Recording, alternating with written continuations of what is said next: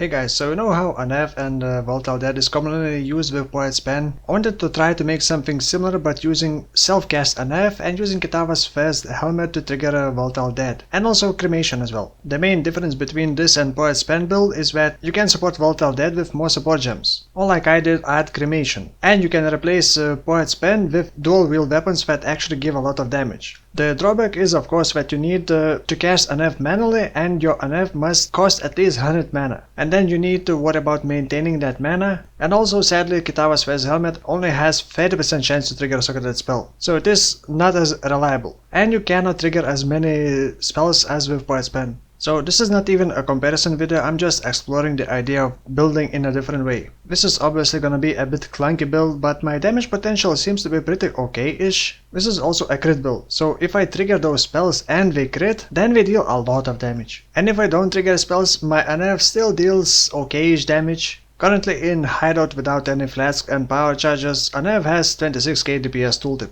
So it's mostly just for triggering things, and I haven't done Uberlab yet, which will give me quite a lot of cast speed. However, I am using 6-link lore weave, most of my supports are with quality 20, and my items are kind of finished. I am only level 78, so I will still improve my damage because I still got crit multi damage nodes, power charge nodes, and I may be able to squeeze in Anger Aura. Also, I did manage to corrupt Kitava's first helmet with +2 to AoE gems, which affects both Volatile Dead and Cremation. And this build is not gonna have a lot of life because, well, my helmet doesn't give any life, Lore Weave doesn't give much life, and I'm dual wielding. But later on, if I feel like I have enough damage, I may be replacing Lore Weave with high life body armor, or maybe instead of dual wielding I will be using a shield. By the way, this is not mind over matter, so I do have to get a lot of mana regen and maximum mana, but I think as an Inquisitor I should be able to once I do Uberlab. Now to quickly mention, my Unearth is linked with added fire damage support, power charge on critical strike, faster casting, arcane surge, and lesser multiple projectiles. I am using one Fever Mind Jewel, and I was using GMP instead of LMP before to increase my mana cost above 100.